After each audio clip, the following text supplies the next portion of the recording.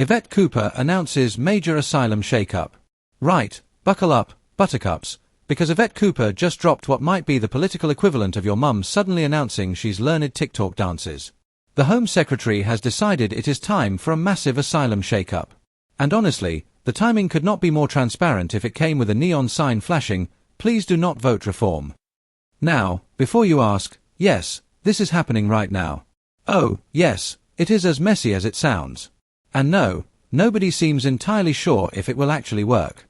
But hey, that has never stopped a government announcement before, has it? So, what is actually going on here? Well, Cooper is marching into the Commons today like she is about to announce the second coming of sensible immigration policy, armed with what she is calling a major overhaul of our broken asylum system. And look, when politicians start throwing around words like broken and overhaul, you know someone is either genuinely trying to fix something or desperately trying to look like they are. Spoiler alert, figuring out which one is the fun part. The headline grabber here is that Cooper wants to tighten the rules around who can claim asylum and crucially who their family members can drag along for the ride. Currently, once you get refugee status in Britain, you can bring your spouse and children over. Sounds reasonable, right? Well, apparently not. According to the government's latest panic response to Reform UK, breathing down their necks in the polls. Here is where it gets spicy. Over 20,000 people came to the UK on family reunion grounds in the year to June 2025. That is a 30% increase from the previous year. And officials are now claiming Britain has become the soft touch of Europe when it comes to defining who counts as family. I mean, we have always been known for our hospitality, but apparently we have been a bit too welcoming for some tastes. Now Cooper is not just throwing new rules at the wall and hoping they stick. Oh no, she is going full tactical here. She is planning to tell MPs that fixing the small boat crisis requires workable solutions, not fantasy promises which cannot be delivered. And while she does not mention Reform UK by name in that quote, we all know who she is subtweeting here. It is about as subtle as a brick through a window. And honestly, I am here for the political shade. But here is where things get interesting. And by interesting, I mean absolutely bonkers. We are currently living through what can only be described as a small boat crossing record-breaking year. More than 50,000 people have made the journey since Starmer walked into number 10. To put that in perspective, it took Rishi Sunak 603 days to hit that number, and Boris Johnson needed 1,066 days. At this rate, we are looking at government efficiency in reverse, which is quite the achievement when you think about it. The irony here is thicker than custard at a school dinner. Labour campaigned on being the sensible alternative to Conservative chaos.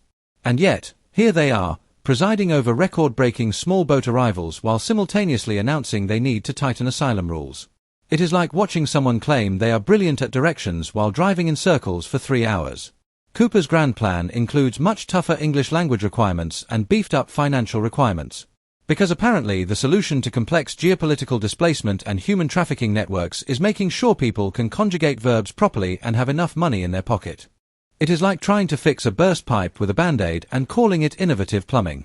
The Home Secretary plans to tell MPs that these changes will help pursue the criminal smuggling gangs profiting from small boat crossings that other parties have voted against. Which is a fascinating way of saying we are going to get tough on crime while also admitting other people tried to do this first and we opposed them. Political consistency, everyone. It is like watching someone take credit for cleaning the kitchen after spending months complaining about how messy it was while actively making it messier. And let us talk about those asylum hotels for a moment, shall we?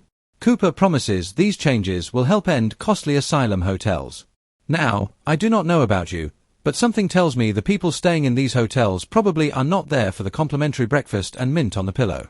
The government is treating this like it is some sort of luxury holiday scheme rather than, people fleeing persecution and war, but sure, let us make it sound like we are shutting down an expensive spa retreat. What is particularly entertaining about this whole announcement is the timing. It is like watching someone suddenly decide they need to diet right after seeing their ex looking fantastic on Instagram. Reform UK has been gaining ground by banging on about immigration and suddenly Labour discovers they need to be tough on asylum seekers. Coincidence? About as coincidental as rain in Manchester. The think tank Migration Watch has been having an absolute field day with all this. Their chairman, Alp Mehmet, basically called the government clueless and suggested they have been serving up gimmicks, smoke, and mirrors policies. That is the kind of professional assessment that probably stings more than a bad Yelp review. Mehmet also mentioned something rather interesting about President Macron running rings around the Prime Minister. Apparently, their latest collaboration has been dubbed the Thousands In, None Out scheme by critics, which, if you are keeping score at home, is possibly the most brutally accurate political nickname since Brexit means Brexit.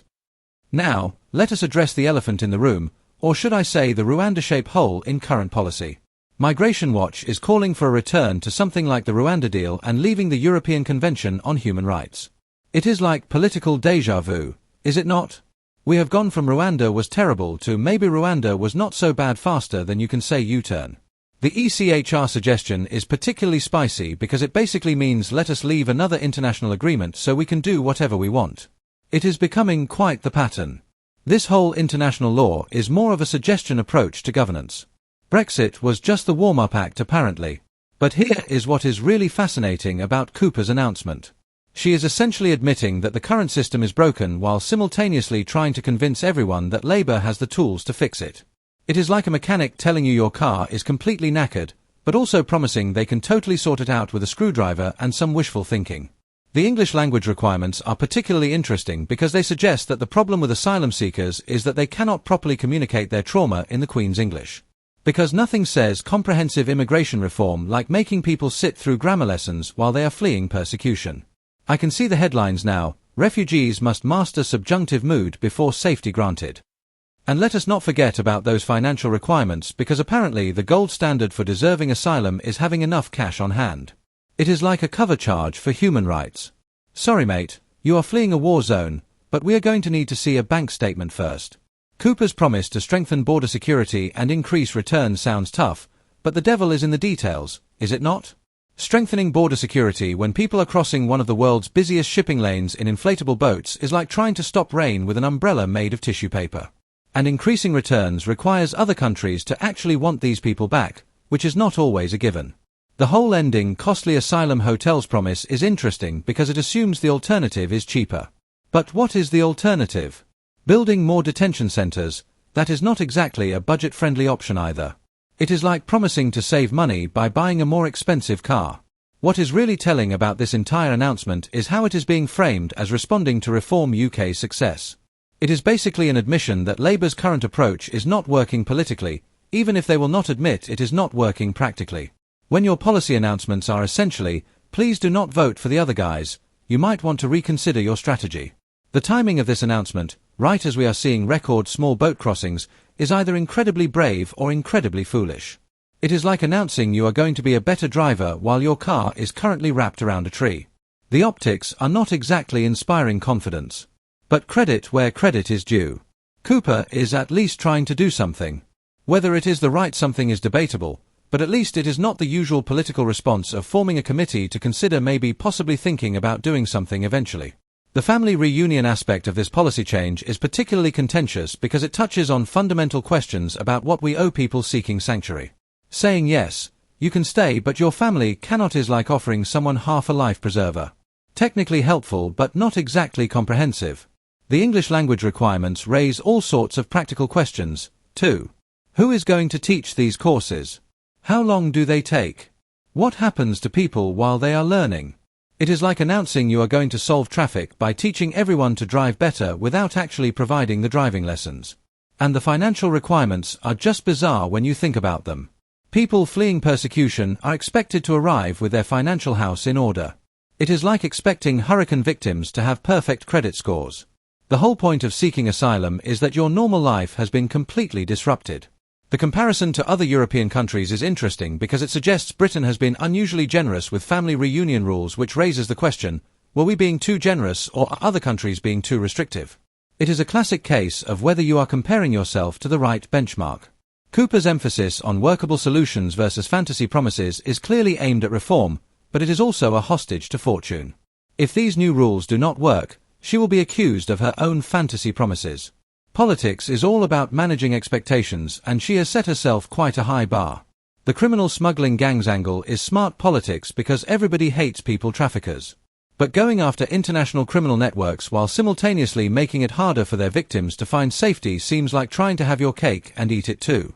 You cannot really claim to be protecting vulnerable people while making their lives more difficult. The whole situation highlights the fundamental tension in modern immigration policy. Everyone wants to be tough on illegal immigration while also being compassionate to genuine refugees. The problem is that in practice, these two goals often conflict. Being tough usually means being less compassionate, and being compassionate often means being less tough. Cooper's announcement is essentially Labour's attempt to square this circle. And good luck to them because nobody else has managed it yet. It is like trying to solve a Rubik's Cube while blindfolded and riding a unicycle. Theoretically possible, but do not hold your breath. The real test of these measures will not be whether they sound good in Parliament or play well with focus groups. It will be whether they actually reduce small boat crossings and reform UK's poll numbers. And honestly, given the track record of previous immigration policy announcements, the smart money might not be on success. But hey, at least Cooper's having a go. In a political landscape where doing nothing is often the safest option, actually attempting to address a problem deserves some credit. Whether it deserves votes is another question entirely. The whole episode is a perfect example of how modern politics works. Problem emerges. Opposition gains ground by criticising government response. Government announces new tough measures. Critics say they will not work. Cycle repeats. It is like a very expensive, very boring version of Groundhog Day. What makes this particularly interesting is that it represents Labour trying to be more conservative than the Conservatives on immigration, which is quite the political evolution from their opposition days. It is like watching someone spend years criticising the food at a restaurant and then becoming head chef and serving the same menu. So, there you have it, folks. Yvett Cooper's big asylum shake-up. Will it work? Will it stop Reform UK's rise? Will it actually reduce small boat crossings? Your guess is as good as mine. But one thing is for sure, it is going to make for some absolutely fascinating political theatre over the coming months. And speaking of fascinating political theatre, that is exactly what we do here at Alert View. If you have enjoyed this deep dive into Cooper's latest announcement, and you want to stay on top of all the political chaos, drama, and occasional moments of actual governance, make sure you hit that subscribe button. We are pumping out multiple videos every day because frankly, UK politics moves faster than a caffeinated squirrel and someone needs to keep track of it all. Drop a comment below with your thoughts on Cooper's plans. Do you think tougher asylum rules will actually solve anything, or is this just political theatre designed to steal reform's thunder?